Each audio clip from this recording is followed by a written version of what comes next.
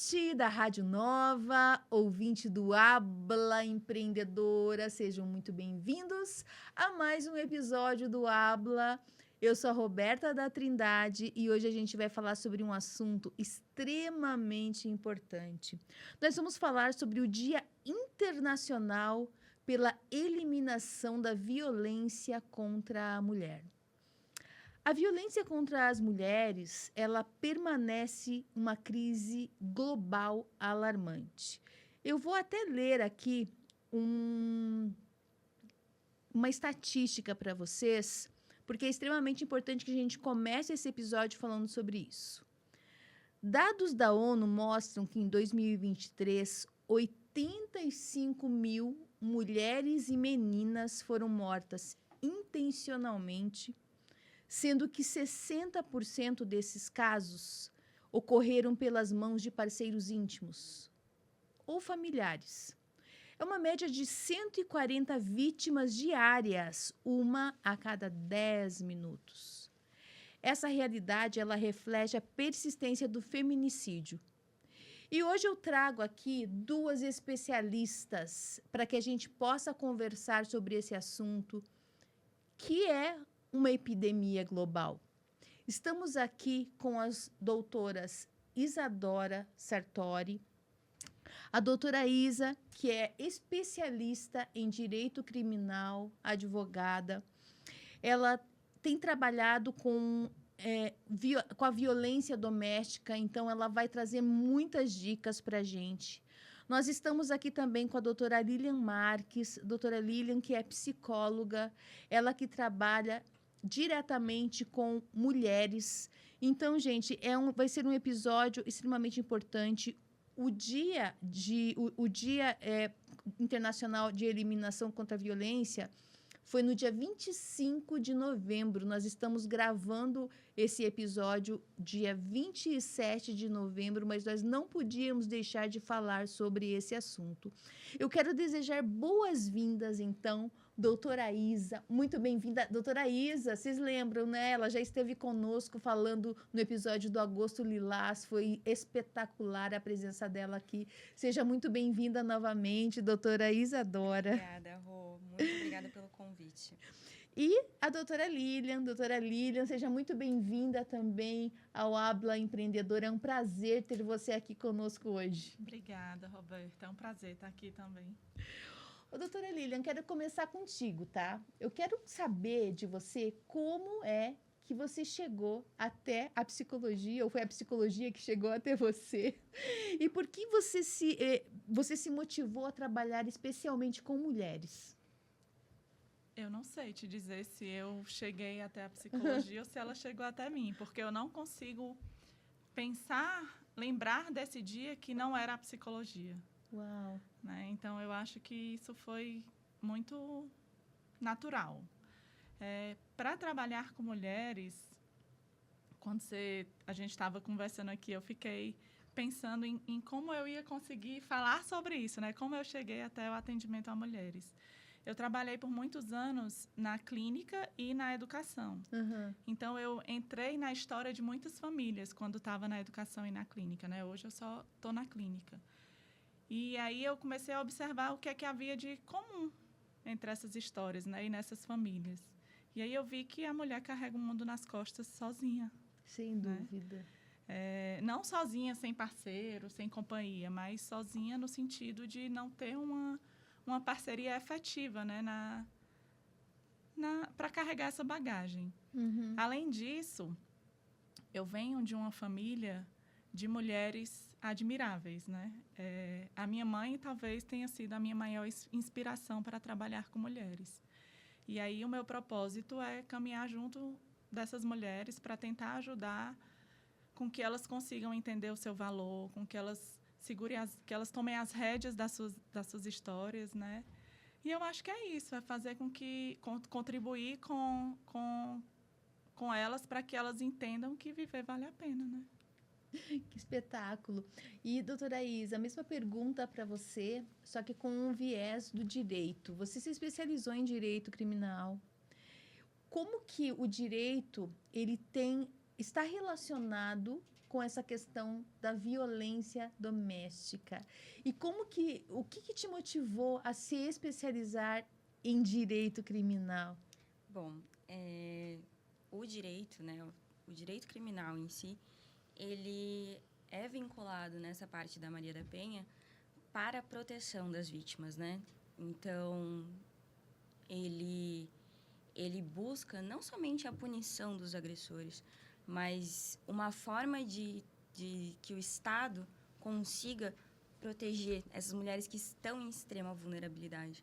Então, o fato desse cenário de vulnerabilidade sempre me instigou, porque eu também venho de uma família de mulheres fortes, as minhas tias são mulheres fortes, a minha avó, a minha mãe, mas eu sempre vi elas lutando contra tudo e todos, sabe? Uhum. E várias vezes violências psicológicas, violências patrimoniais, violências que hoje em dia muitas mulheres nem sabem que isso se enquadra na Lei Maria da Penha. Nem sabe. Não tem nenhuma noção de que esse tipo de abuso é uma violência. Exatamente. E essa conscientização, sabe? Foi o que me atraiu. A gente já vai falar mais sobre a questão da Maria da Penha e os tipos de abuso. Porque isso que você trouxe é muito importante a gente falar. Porque quando a gente fala em violência, a gente associa muitas vezes a violência física. Né? Mas existem outros tipos, a gente já vai falar sobre isso.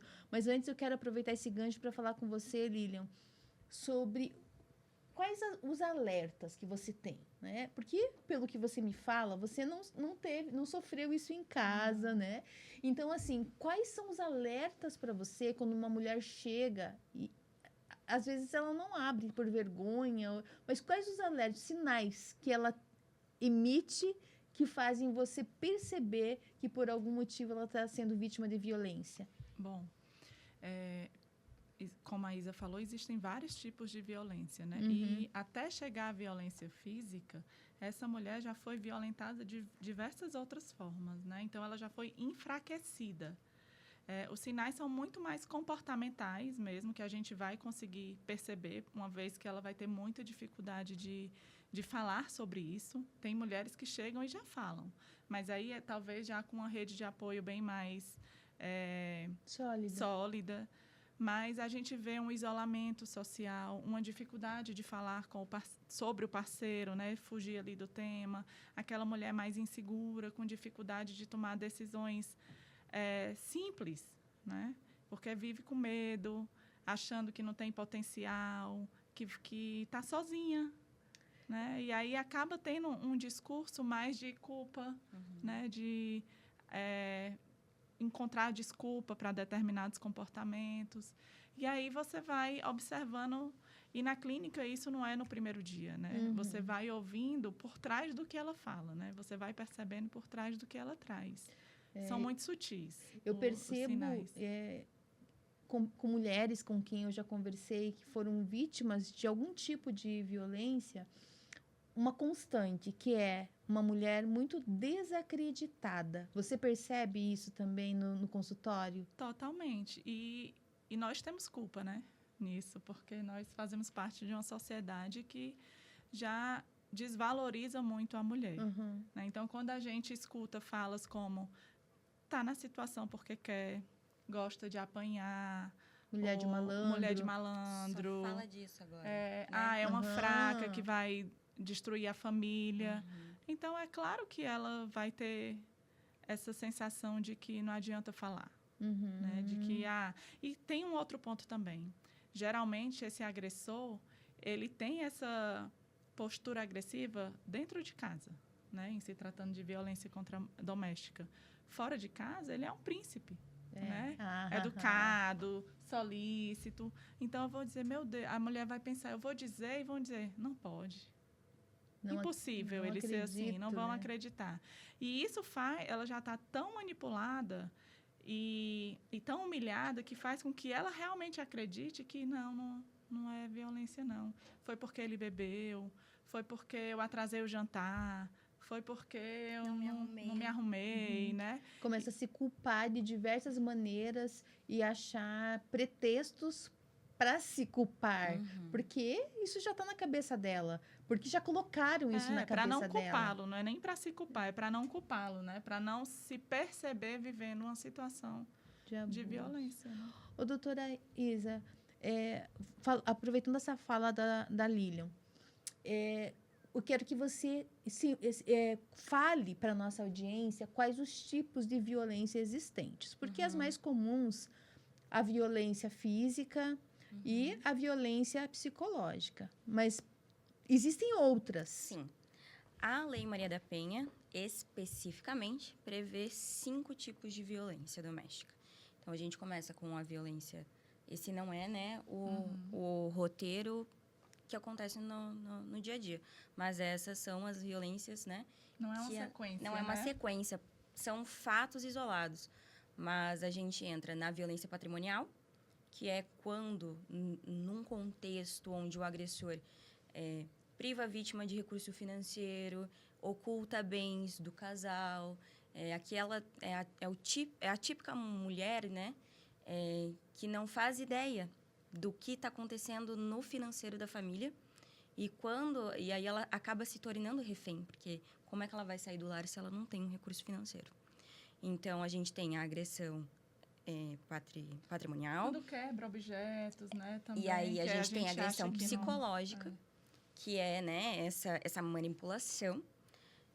Nós temos a agressão física, né, que já são lesões corporais, né? Propriamente dita. O tapa, é o puxão de cabelo, é o empurrar. A agressão sexual, que é muito comum e a gente acaba não acreditando, às vezes, nessa vítima.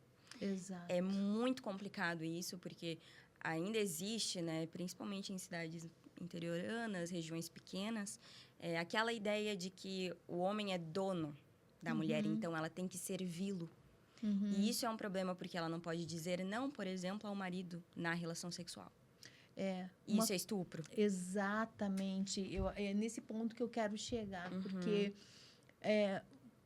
eu acho que se fala mais sobre isso há pouco tempo, né? Dessa questão, quando a mulher, mesmo sendo casada, né? Esse direito que ela tem de dizer não. E muitas ficam nessa dúvida. E elas... Fui, não fui, posso, não posso. Ela, assim, sempre que ocorrer uma relação sexual sem o consentimento, você é vítima de um estupro. Sempre. O consentimento, ele é muito claro, assim, sabe? Se a mulher não quer, isso precisa ser respeitado, caso contrário, é um crime. E a Maria da Penha, né, ela é um marco na legislação brasileira, porque ela reforça isso. Então, a gente tem esse apontamento de que a mulher, inclusive casada, tem o direito de dizer não ao marido. Tá, agora eu quero aproveitar isso, Lilian, para perguntar uma coisa para você, tá? Não sei se você já teve casos assim, e dessa questão da violência sexual. Porque, assim, a gente sabe do ponto de vista jurídico, né, é o estupro.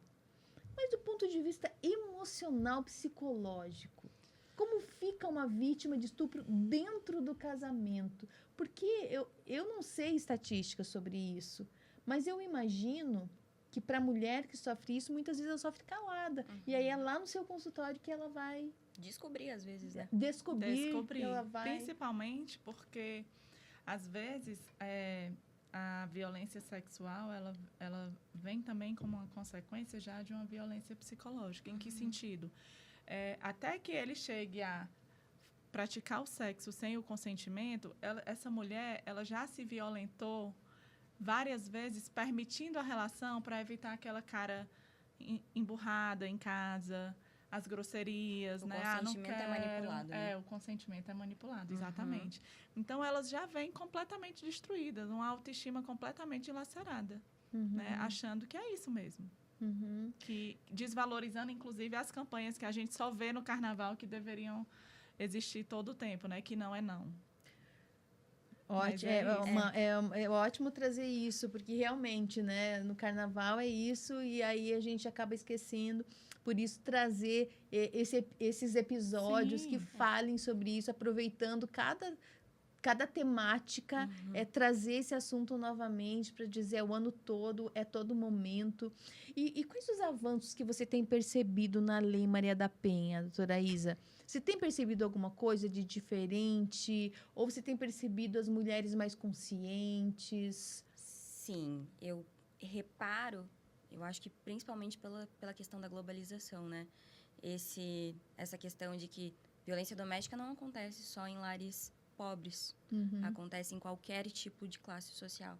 Então, a partir do momento que as mulheres começam a falar mais sobre isso, pessoas que têm o poder da informação, como você, trazem isso, eu vejo que as mulheres se conscientizam mais e procuram seus direitos, sabe? A ciência do direito, né? Entender aquilo que lhe é devido, né? Que o Estado estabeleceu. Então, eu vejo também que a própria instituição pública, né?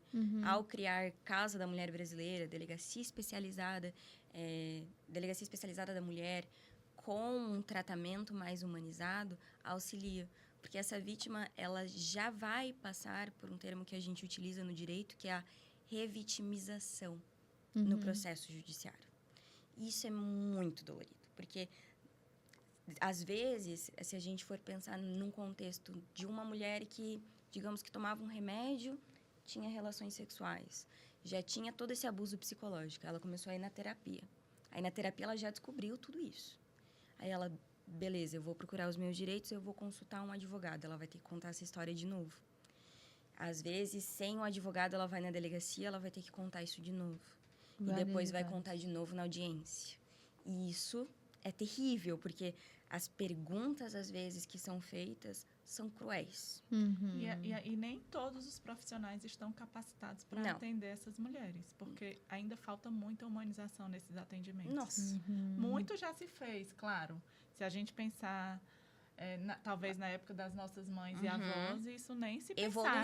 Evoluiu muito, mas ainda falta muito. Ainda falta. Porque aí você não incentiva a vítima.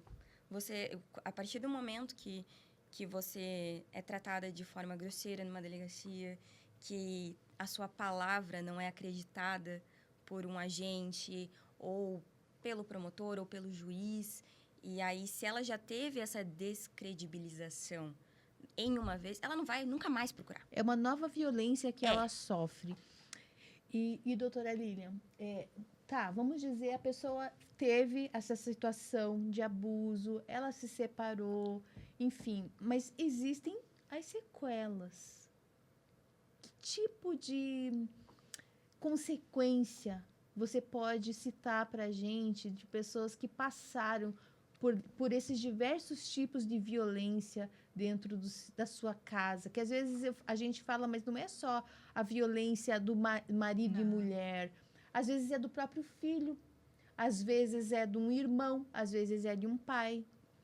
Às vezes é no trabalho. Às vezes é no trabalho, né? Exatamente. Primeiro é importante falar que sair dessa situação não é fácil, né? E a gente tem a crença de que é só sair. Mas até para sair, mesmo quando você busca uma rede de apoio especializada, precisa de muita técnica, precisa ser uma estratégia bem pensada. Porque existe muito medo nessa mulher, né? Medo de retaliação. Ela foi tão destruída que ela acha que não consegue fazer mais nada, né? Que é ruim com ele, pior sem ele. Como ela vive em situação de medo, muitas vezes ela deixa de dormir noites e noites. Isso afeta também as funções cognitivas. Então, ela vai atrapalhar as atividades laborais dela, né? Vai afetar, inclusive, a economia, porque essa mulher talvez não esteja mais apta, pelo menos durante um bom tempo, a trabalhar, né? Para trabalhar. E aí ela vem insegura, com dificuldade de confiar nas pessoas, de tomar decisões. E existem transtornos também que elas desenvolvem.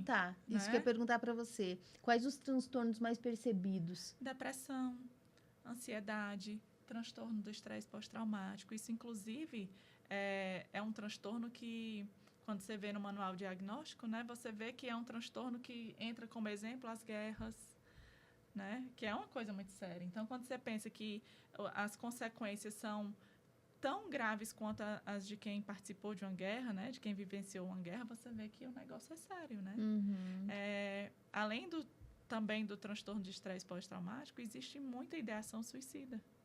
Né? O número de suicídio é muito alto. Acabar com a dor, né? Acabar com a dor, acabar com a vergonha, acabar com essa sensação, com esse esvaziamento emocional, com essa sensação de incapacidade, de inadequação. Não é fácil. Gente, para quem está chegando agora, estou aqui com essas duas especialistas maravilhosas que eu trouxe para conversar com a gente. A doutora Lilian Marques, ela que é psicóloga, ela que trata diretamente com mulheres. A doutora Isadora Sartori, ela que é advogada especialista em direito criminal. E nós estamos falando sobre a violência doméstica. A gente está, nesse episódio nós estamos trazendo informações para que você saiba o que é a violência doméstica, quais os tipos e como cuidar disso legalmente e também psicologicamente. Isa, me conta uma coisa, tá? A mulher, quando ela percebe que ela está sofrendo esse tipo de violência, seja ela psicológica, enfim, qualquer tipo de violência. Legalmente, quais os primeiros passos? Bom, eu vou te explicar, né, para todo mundo, como que funciona no fluxograma do meu escritório. Tá. E aí eu espero que todas as mulheres recebam essa mensagem. Quando a violência for urgente, o seu marido, a sua mãe, isso é importante, né? A vítima sempre será uma mulher pela lei, mas o agressor pode ser mãe, vó, tio, tia, quem estiver em convivência, né? Até porque a gente tem relações homoafetivas, né? Já tivemos casos de jurisprudência em que era um casal homoafetivo e foi reconhecido a violência doméstica. Isso é importante. Então, tendo isso ciente, agora a gente precisa entender. É uma violência urgente? Se for uma violência urgente, é uma agressão, é um tapa, é alguma coisa nesse sentido, liga para o 180 na hora. 180. 180. Liga para o 180, foge, corre, se esconde na casa do vizinho, vai na padaria, na farmácia, mas fuja. Garanta a sua vida. Porque o nível de feminicídio no Brasil, por mais que seja a terceira legislação mais evoluída do mundo, nós temos um índice enorme de feminicídio. Então, assim, se for uma violência de urgência, corra. Se for uma violência não tão urgente, esse não é o termo correto, porque qualquer tipo de violência é urgente, mas se for uma violência controlada, é um abuso psicológico, é um abuso patrimonial, aí você procura um advogado antes de fazer o boletim. Por quê? Porque às vezes a gente precisa plantar algumas coisinhas para conseguir confirmar a palavra dessa mulher. Então, é uma violência patrimonial. Se a mulher só chegar no tribunal, e ele sumiu com todos os nossos bens, vai demorar muito tempo para a gente conseguir comprovar. É preciso coletar provas. Isso mesmo. Então, abuso psicológico, né? Ele manipula ela. Daí vem aquele termo, né? Que a mulher se acha louca e não é louca, né? Mas ele faz esse controle psicológico dela. A gente vai precisar de provas. Normalmente, eles mesmos se contradizem no tribunal e aí a gente ganha. Mas, para a gente conseguir as medidas protetivas, é importante que a gente tenha o mínimo probatório. E aí entra fazer backup do celular da vítima, levar o celular, porque antes que ele quebre o celular dela, ela entrega o celular no escritório, a gente faz o backup, nas conversas tem alguma coisa. E aí, a partir desse momento, a gente como a doutora falou anteriormente, a gente traça uma estratégia, sabe? Porque, às vezes, ela está desesperada, ela vai sair e aí ela vai ficar, às vezes, 6 meses para conseguir uma pensão alimentícia. 6 meses vivendo de favores, assim, meses, sabe? Porque a justiça continua sendo demorada. Uhum. Então, as medidas protetivas, em 48 horas a gente consegue. Mas separação de bens, divórcio, tudo isso acaba demorando, às vezes, anos. Então, é bom que a gente tenha uma estratégia de como que a gente vai lidar dependendo de caso a caso. Mas é aquela questão. Você está correndo risco de vida, naquele momento, liga para o 180 e sai correndo. Sai correndo. Dá um jeito de sair correndo daquele contexto de violência. Você consegue segurar só mais um pouquinho? Procura um escritório ou uma ONG que faça pro bono, né? Que tenha ali os voluntários, para a gente conseguir traçar uma estratégia, porque a rede de apoio para essa mulher não voltar para esse domicílio violento tem que ser muito forte. Eu quero falar contigo. Eu vou fazer uma pergunta para a doutora Lilian. Eu quero falar contigo. Guarda aí essa pergunta. Sobre violência patrimonial e quais os primeiros passos para aquela mulher que não tem condições financeiras. Onde ela vai buscar ajuda da justiça, tá? Doutora Lilian, a gente fala aqui, né, como você citou aqueles exemplos, a mulher de malandro, porque gosta de apanhar. Psicologicamente, eu imagino que deva ter motivos para que essa mulher ela tenha dificuldade de sair das relações abusivas. E você, como uma profissional que atende mulheres, eu gostaria que você nos dissesse, né, quais são esses motivos para desmistificar de uma vez por todas esse estigma que as mulheres têm de que não saem porque são sem vergonha, né? Quais os motivos principais, você atendendo mulheres, para que essa mulher não saia? Tem o ponto de vista jurídico, financeiro, mulher depende muitas vezes financeiramente do marido, ou às vezes cria-se, né, psicologicamente uma dependência emocional. Quero que você conte e explique para a gente como funciona isso. Eu acho que aí a lista é imensa. Porque cada mulher traz consigo a sua bagagem, né? A sua história de vida. E, às vezes, essa história é muito pesada. A gente não sabe, assim, existem casos de mulheres que assistiram à violência doméstica em casa, que, de certa forma, até naturalizaram esse comportamento mais agressivo, né? E vai se formando no inconsciente a ideia de que tudo bem, um empurrão, um xingamento, né? Tanto é que a gente só consegue entender como séria a violência quando ela é física, né? Assim, grosso modo. Mas, além de tudo isso, de todo o histórico dessa mulher, a gente vive numa sociedade que julga muito. Né? O conceito de família é muito pesado também para a saída dessa mulher desse lugar de violência, porque vai ser essa mulher que não conseguiu manter o lar, manter a família. Quando se tem filho, isso pesa um pouco mais, porque não quer que o filho cresça sem o pai, por exemplo, se for o pai, né? Por perto. E o conceito de família é completamente o oposto disso, né? Está muito associado a essa coisa de saúde mesmo, né? De fazer com que aquilo possa funcionar. Quero fazer só um adendo aqui, que eu acho que é importante falar sobre isso, que a própria religião, né, ela traz um peso bastante grande do casamento é uma vez só e etc. Mas, do ponto de vista religioso, até, né, eu conversei com uma pessoa que é uma pessoa que é religiosa e ela fala, a partir do momento em que o seu marido ou o seu cônjuge, ou enfim, te trai, porque você praticar a violência com a sua esposa, isso é uma traição.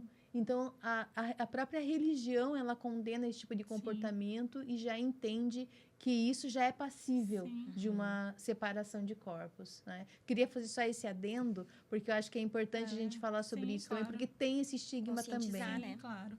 E, além disso, como a gente falou aqui já, essa mulher já foi completamente roubada de si. Porque, às vezes, é uma dependência financeira, uma dependência emocional. E, às vezes, é paixão mesmo, é amor, esse olhar romântico mesmo. É o desejo de que ele mude, né? A esperança de que foi só essa vez. E aí ela vai ficando, ela vai ficando. A rede de apoio, os recursos que a gente tem, eles estão ali, mas muitas vezes essa mulher não conhece os recursos disponíveis, né? As políticas públicas precisavam ser mais efetivas também. Não só né? no carnaval. Né? Não só no carnaval, né? E então ela está ali, é quase num limbo mesmo, assim, de vou fazer o quê? Se eu for na delegacia, além de não acreditarem em mim, eu corro o risco até de ser cantada pela pessoa que vai me atender. Né? Se eu for falar com uma amiga, vai dizer, não, mas ele é tão bom, olha, ele é um pai tão bom, né? Você vai deixar a sua família, foi só essa vez. E aí, tudo que ela entendia de si, a gente estava falando até em programa anterior sobre essa questão da mulher que se acostuma. Não é que ela goste de apanhar, mas ela se acostuma com a reconciliação. Uhum. Né? Existe ela acaba involuntariamente lembrando não da agressão, mas do momento em que ela se reconciliou e que foi bom. Acontece isso? Demais. Eu não sei se vocês viram, mas é um filme recente, né? É Assim que Acaba. Vocês chegaram a assistir? É um caso de violência e tudo parece muito sutil. Né? A violência parece muito sutil. Aquela coisa de... tem uma cena que o rapaz vai pegar uma coisa no forno e está quente, ela se aproxima, de repente ele passa a mão assim, bate no rosto dele. Até para quem está assistindo, a cena parece tendenciosa, para parecer que foi sem querer. E, claro, essas violências físicas, elas começam assim, sem querer, elas começam num bebi demais, elas começam num me desculpe, eu perdi o controle, né? E aí passa uma semana no mar de rosas, e aí você tende a todas as vezes acreditar que vai mudar. Porque é isso que a mulher quer.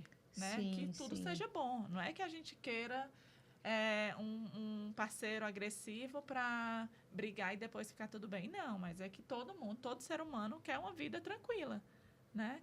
Então, sim, acontece muito isso, da mulher se perceber nessa situação de se acomodar. Mas não é acostumar, sabe, Roberta? É muito mais a ausência de força para sair dessa situação, porque ela já foi completamente enfraquecida. E inconscientemente também, né? Não é uma coisa consciente. Não. Inconscientemente, ela já... culturalmente, ela foi também educada, principalmente pessoas um pouco mais velhas... não, tá tudo certo. É assim que funciona um casamento. Trai, a mulher tem que servir, né? E assim, é muito difícil, porque ali ele já vem com um controle, é um super controle. Essa mulher tá sempre com medo, sempre assustada.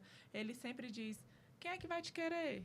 Gorda assim, quem é que vai te querer? E a mulher pode não ser nada gorda, mas ele vai falar, porque ele vai tentar afetá-la de todas as formas possíveis. Eu vou falar contigo de volta. Antes eu quero a resposta da Isa, mas eu quero falar com você daqui a pouquinho sobre a questão dos filhos, o papel dos filhos nessa relação.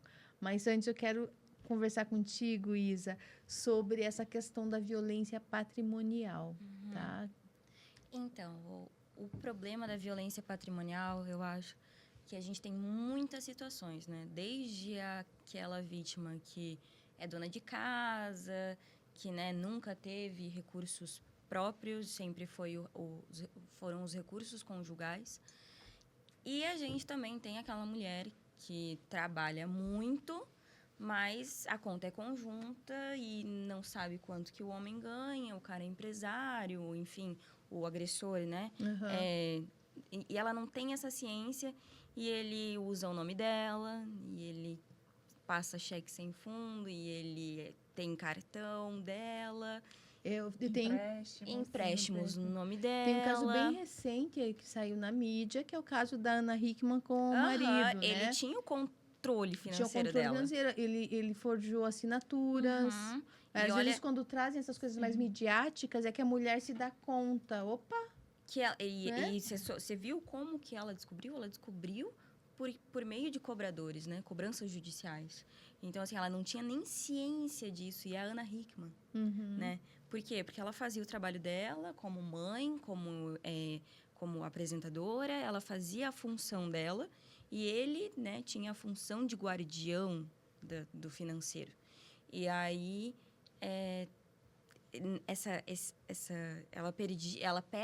ela acaba perdendo toda a consciência do que acontece com as contas do casal.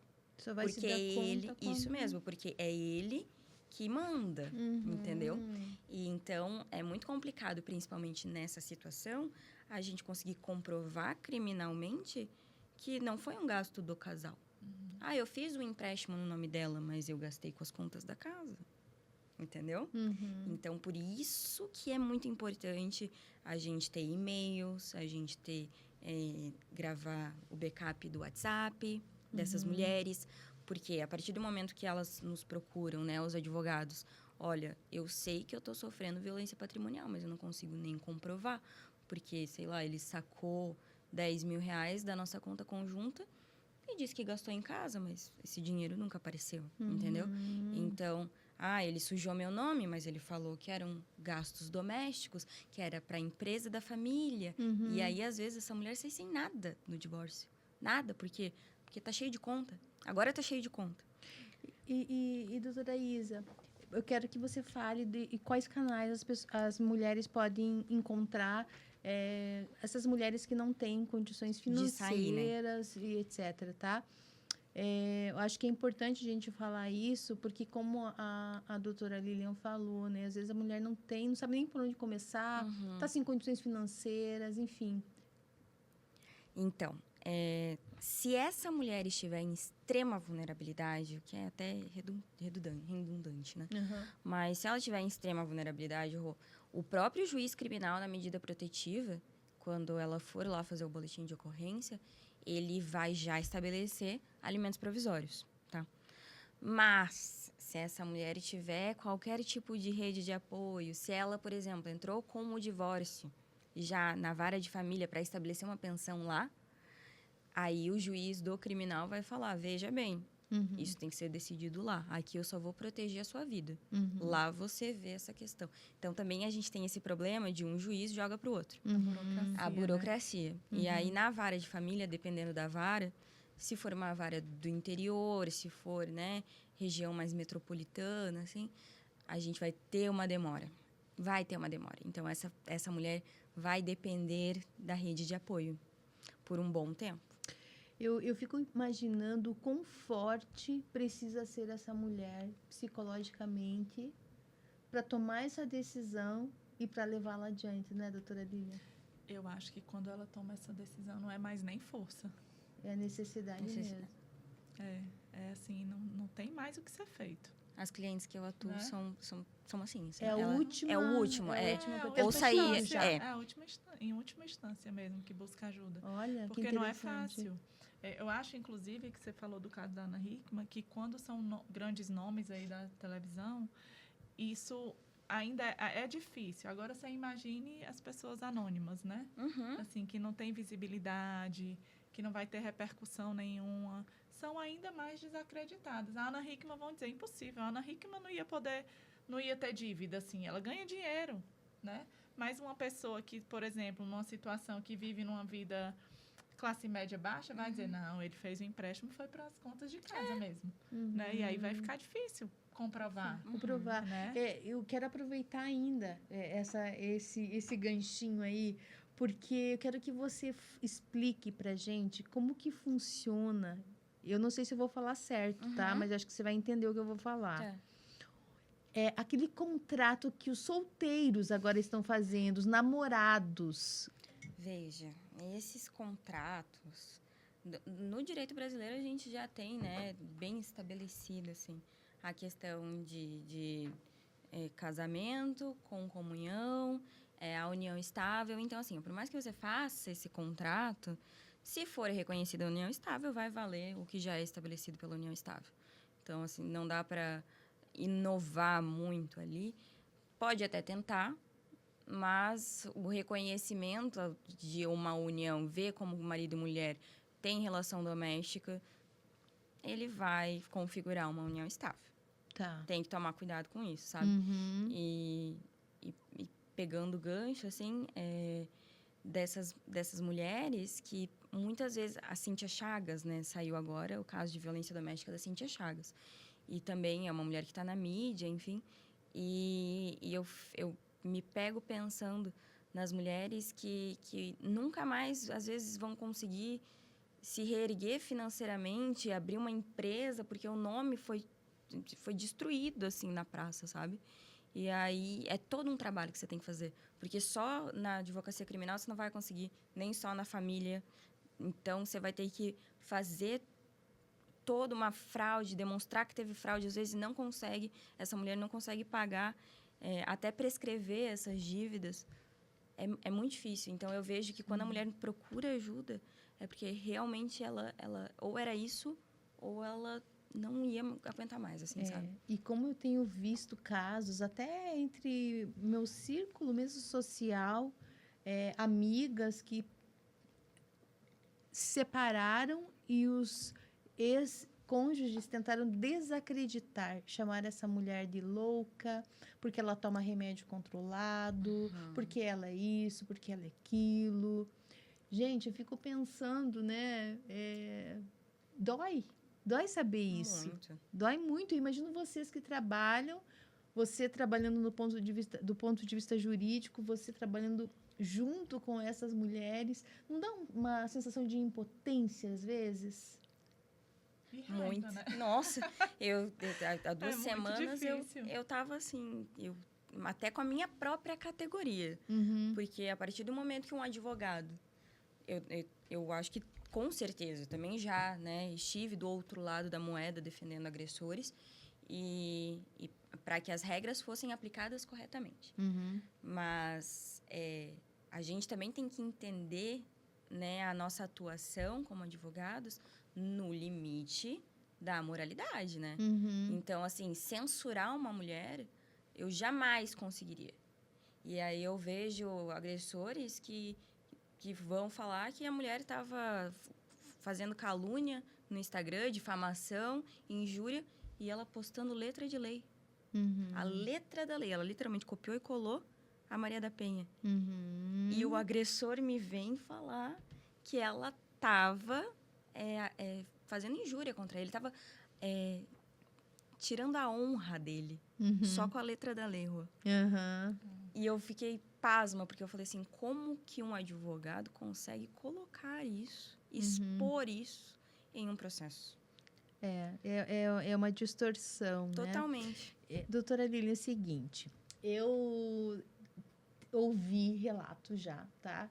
Inclusive de pessoas que passaram aqui pelo Habla, mulheres que passaram pelo Habla, e que sofreram já violência ao longo da sua vida e que os filhos, eles acabaram aprendendo também a, entre aspas, violentar as suas mães, seja com palavras, seja com atitudes.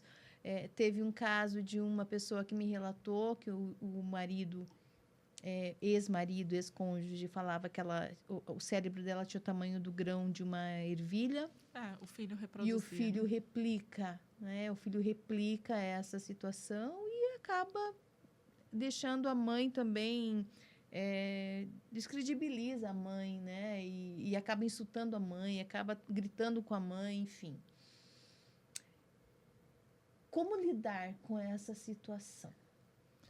Essa criança precisa de ajuda, né? Esses filhos precisam de ajuda porque eles também estão sendo violentados. Esse pai que faz isso com essa mãe, e me corrija, Isa, se eu estiver errada, ele está também cometendo alienação parental. Normalmente, né, a medida protetiva, quando a gente relata esse tipo de situação, ela vem extensa, né? A prole. Então, Sim. assim, o juiz, na hora de dar, em até 48 horas, ele já dá a medida protetiva, ele Sustenta já os filhos, inclui né? os filhos, porque ele verifica uma alienação parental, ele verifica a agressão, né? Porque a situação de violência que essa criança está crescendo pode destruir o psicológico dela. Vocês já ouviram a frase de o oprimido sem educação vira O opressor, Opressor. sim. Uhum. né? Então, essa criança, se ela cresce vivenciando isso, além dela também estar sendo violentada, porque imagina, se falam da nossa mãe, como é que a gente fica, né? Uhum. A gente Surta. fica Bravo. muito indignado, né? E aí você vê o seu pai, né?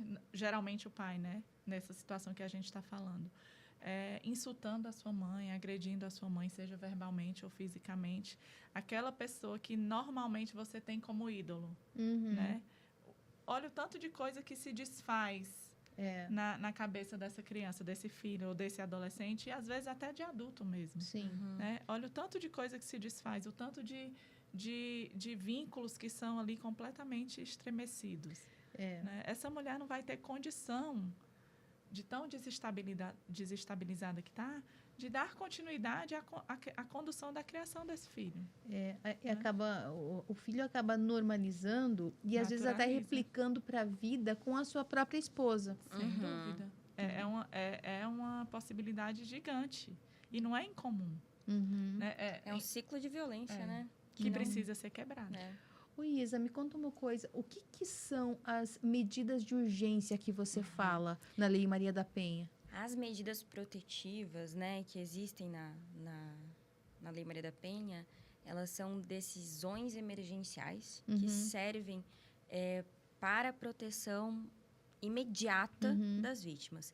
Então, elas podem ser desde proibição de contato, afastamento do agressor do lar, porque também temos isso. Já tive alguns casos em que ele era o provedor, mas ela não tinha lugar para ir, não tinha, né? Não tinha como fugir, e conseguimos o afastamento do agressor do lar. Ela ficou, a vítima ficou, mas isso batendo pé, né? Com o advogado ao lado. Então, as medidas protetivas, elas são medidas emergenciais, são decisões emergenciais que são dadas 48 horas após a formalização pelo boletim de ocorrência, né? E os nossos juízes aqui de Curitiba são excelentes, então é muito rápido mesmo. E aí tem, né? Proibição de contato, afastamento, não pode ligar, não pode marcar, não pode nada. Até algumas específicas, né? Como essa de alimentos provisórios. Então, ali, um salário mínimo, às vezes, para que essa mulher consiga respirar. Consiga, às vezes ela está até em abrigo, né? Já vi algumas mulheres, já atendi algumas mulheres que estavam numa situação tão terrível, tão violenta, que elas preferiam ficar em um abrigo. E nós temos, né, dentro das casas das mulheres brasileiras, nós temos algumas questões ali. Elas vão ganhar uma roupa, elas vão poder tomar um banho e elas vão poder se abrigar desse lar que era extremamente violento. Até que, se ela não conseguir contato com um advogado, para que faça isso, a Defensoria Pública também está dentro da Casa da Mulher Brasileira e ela vai, né, entrar para ajudar, para auxiliar essa mulher. Tá. E me conta uma coisa, tá? A gente tá falando aqui, a própria doutora Lilian levantou esse caso. O que fazer no caso de você ser desestimulada, desacreditada por um agente ou autoridade? Qual é o passo que essa mulher tem que dar? Ela pode denunciar, e aí ela tem que ter uma força, né? Como a doutora Lilian estava explicando. É muito difícil porque tem que ter muita força, mas ela pode denunciar para o órgão responsável. Ela pode procurar uma delegacia especializada. Então, às vezes, ela teve o contato ali com um agente de urgência que não era especializado nesse contexto de violência doméstica. Mas ela pode procurar uma delegacia especializada nisso, que ela vai ter um tratamento mais humanizado. Ela também pode procurar ONGs e advogados que façam pro bono, né? Para auxiliar ela, para lutar por ela, porque acho que esse é o mais importante, né? A rede de apoio dessa mulher, e isso é por isso que o seu programa é tão importante.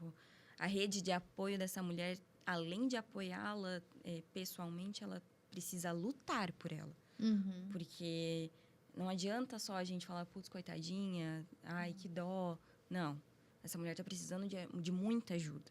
Então, ela precisa de psicóloga para ajudar na cabeça dela, ela precisa de alguém para lavar a roupa, ela precisa de uma casa para dormir, ela precisa de mercado para comer, para dar alimento para os filhos dela. Uhum. Então, se ela for maltratada em uma delegacia, o que eu sugiro, além de uma denúncia, procure ajuda mesmo assim. Procure outros lugares. Hoje em dia, a gente tem muito acesso à internet. Joga no Google, porque tem várias ONGs ali na região, sabe? Por outros meios. Por outros meios. E eu acho que a mulher, ela tem que pensar que ela não está sozinha. Isso. Outras já passaram por isso antes e conseguiram sair. Isso mesmo. Então, é essa coragem mesmo e buscar a rede de apoio. Eu acho que isso é fundamental. É como quando a gente está, né, tentando mudar um estilo de vida. Isso. Você vai se juntar com pessoas que também têm esse estilo de vida. É a mesma coisa. Até mesmo religião, né? Você comentou sobre a religião. Exatamente. Assim, procure, né? Igrejas, terreiros, enfim, a religião que for, procure centros que possam lhe acolher. Acolher, ajudar. Tem vários, né, voluntários ali que... Mas, como eu disse, se a agressão for emergencial, corra. Corra e vá no local comercial mais próximo, sabe? Porque o feminicídio, ele não é uma brincadeira. A estatística está aí comprovando. 2023 foi um boom de feminicídio no mundo. Doutora Lília, me conta uma coisa. Você diz que a violência ela é um problema social e não individual. O que você quer dizer com isso? Você acabou de dizer, de trazer um dos argumentos. Olha os números, né? Os números não mentem. A violência contra a mulher, ela é reflexo de uma estrutura histórica, social e cultural que perpetua a desigualdade de gênero, né? Sim. Ela está enraizada nas normas sociais que naturalizam os comportamentos agressivos e que silenciam as mulheres. Então, quando a gente enxerga como um problema individual e não social, a gente ignora o impacto sistêmico de fatores como desigualdade econômica, machismo, né? E a gente precisa entender que isso impacta as famílias, a comunidade, as gerações futuras. Total. Né? Não tem como a gente enxergar como algo pontual, né? Os números não mentem. E eu acho tão interessante você ter trazido esse viés, porque acho que é a primeira vez que a gente fala da violência nesse ponto, com esse ponto de vista mais social, né, Isa? A gente normalmente trata como problema dela. Se ela não quer sair, o problema é que mulher dela. Fraca, né? Essa. Que mulher fraca, né? A Maria da Penha, na realidade, a Lei Maria da Penha foi um marco, né, na nossa legislação, porque daí tirou a responsabilidade interna dos lares, é uma responsabilidade do Estado. O Estado tem que garantir a vida digna dessas mulheres, entendeu? Sim. Então, a lei, na teoria, né, quando a gente estuda a teoria da Lei Maria da Penha, você fica arrepiada como mulher, porque é um marco em que você traz o problema para a sociedade, assim, você escracha, demonstrando que é responsabilidade do Estado. É problema nosso. É problema de todo mundo, entendeu? É da máquina estatal. Então, isso é muito bonito. Na teoria, assim, né, é lindo no direito. E o problema é que, na prática, a gente tem, né, as dificuldades que são inerentes também, né? Como eu acho que como qualquer coisa, não é simples, não é uma coisa resolver simples. a questão porque da violência contra a mulher. Só jurídico. A gente já teria resolvido. Exato, né? Mas eu acho que o primeiro ponto, o que eu vejo de importância é a conscientização. É a mulher saber que existe uma lei, é a mulher saber onde ela tem que buscar, é saber que um psicólogo, um profissional da saúde pode ajudá-la de alguma forma a superar esses traumas, é saber que existem redes de apoio que apoiam essas mulheres.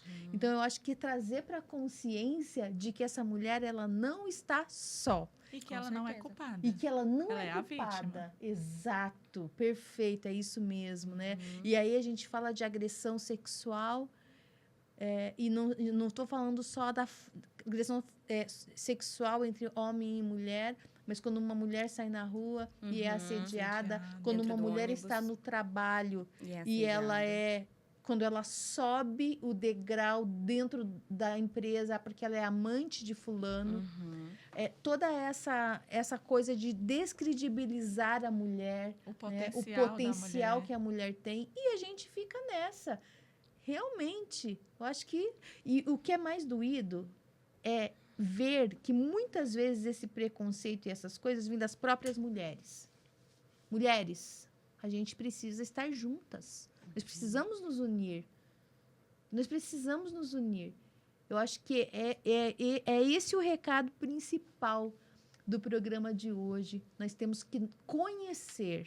Nós temos que conhecer leis, nós temos que buscar conhecimento, nós temos que buscar ajuda e nós temos que nos unir. Com certeza. Né? Sim. Eu acho que isso é importante. Nós estamos no finalzinho do programa, a gente já está encaminhando para o final, mas antes a gente tem um quadro, a doutora Isa já conhece, o nome do quadro é Habla Empreendedora, perguntas rápidas que exigem respostas rápidas. Preparadas? Preparada. O psicólogo não está preparado para a resposta rápida, não.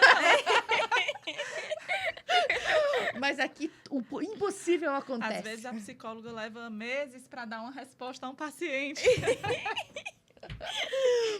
Vou começar contigo, tá? Vixe! Doutora Lilian, se você tivesse que dar um conselho rápido para uma mulher que está enfrentando a violência, qual seria? Eu não daria um conselho para essa mulher, eu daria um conselho para todos que estão à volta. Que a gente precisa ficar atento a quem está do nosso lado. Porque a mulher que está sofrendo a violência, para ela é sempre mais difícil. Mas para a gente que não está implicado na situação, observar o comportamento é mais claro, é mais fácil.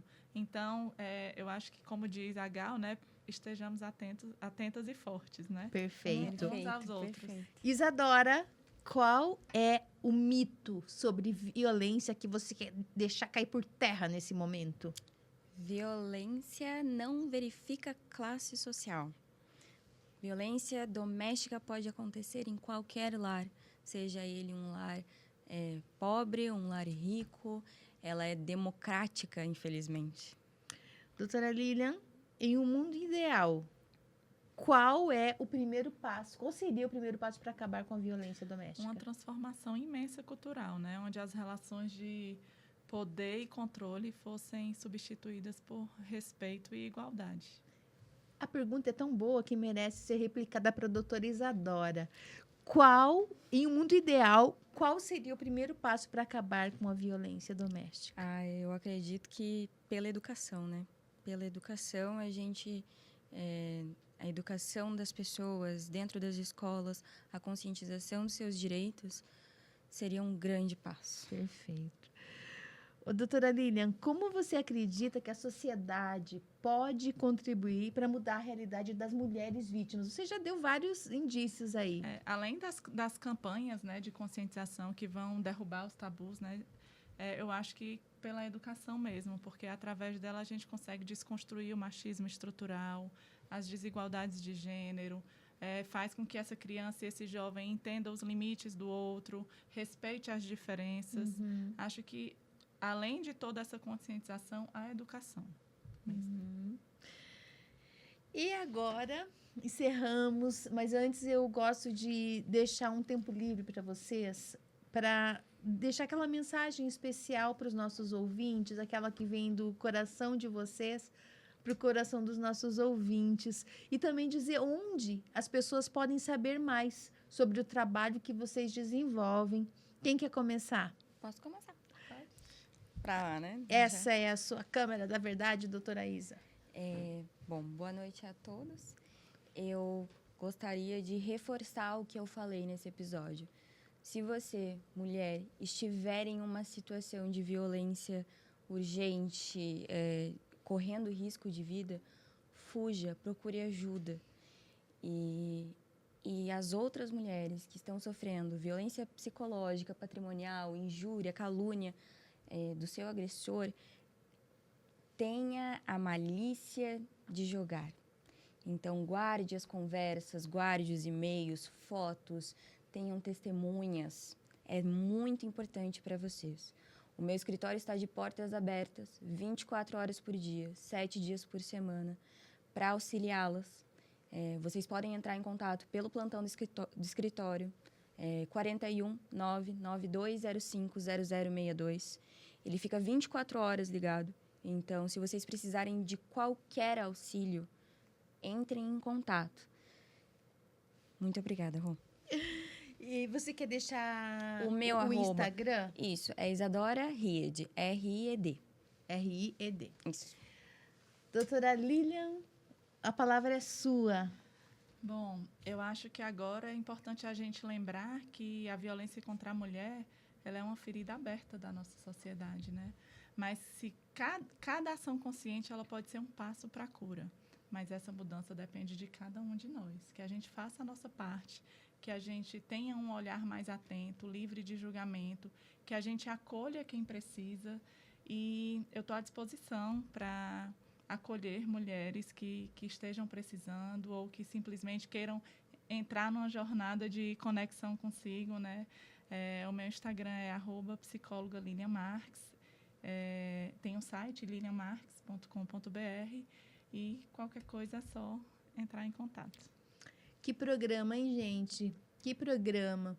É importante a gente se conscientizar que a violência doméstica é um problema nosso, problema de todos nós. E mulher, você não está sozinha. Busque a rede de apoio, busque os profissionais certos. Estamos aqui para te apoiar.